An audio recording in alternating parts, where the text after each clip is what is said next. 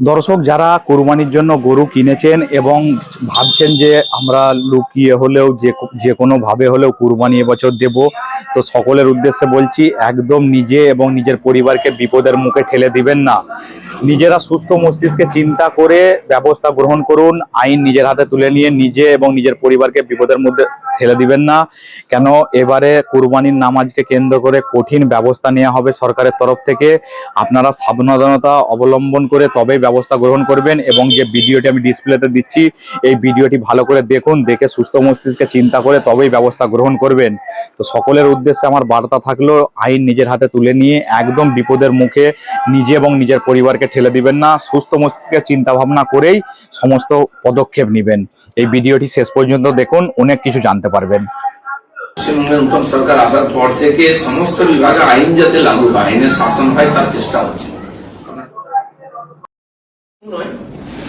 ভারতবর্ষের সংস্কৃতির মধ্যে, ইতিহাসের মধ্যে তার একটা বিশেষ জায়গা আছে, অন্য চারটে অ্যানিমেল থেকে সে আলাদা আছে, তার সাথে সেন্টিমেন্ট আছে।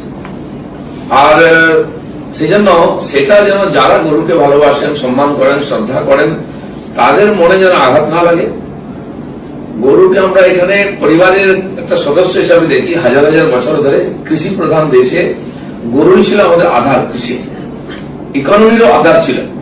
আর এই বছর বছর ধরে আমাদের পরিবারের সঙ্গে থাকার জন্য তার প্রতি একটা আলাদা সেন্টিমেন্ট আছে আমাদের, সেটা যেন হার্ট না হয় তার জন্য এতদিন বহুবার এটাকে আঘাত করা হয়েছে, সেটা রক্ষা করার দায়িত্ব আমরা নিচ্ছি বলে এই প্রক্রিয়া শুরু। এই ধরনের অবৈধভাবে এই স্ট্রাগলিং হয়ে এসছে বহু বছর।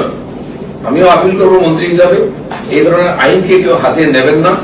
কারণ যে সেন্টিমেন্টটা অন্য তরফ থেকে করা হয়, কুরবানির সঙ্গে যুক্ত করা হয় গরুকে, বা ঈদের সঙ্গে যুক্ত করা হয়, তার কোনো ভিত্তি নেই, ধার্মিক ভিত্তি।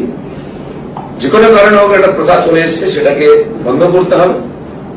আর যে বিধিবিধান, যে আইন দেশের আছে, তার মাধ্যমে সব করতে হবে, তার জন্য এই বিভাগ আছে। তো আগামী দিনে আমার মনে হয় মানুষ এ ব্যাপারে আরো সতর্ক হবেন এবং আইন মেনে কাজ করবেন, যাতে কোনো ধরনের সমস্যা না হয়। আর আইন শৃঙ্খলার সমস্যা কড়াভাবে পুলিশ সব জায়গায় কন্ট্রোল করছে, আপনারা দেখেছেন। আমাদের বিভাগও তার পক্ষেই আছে।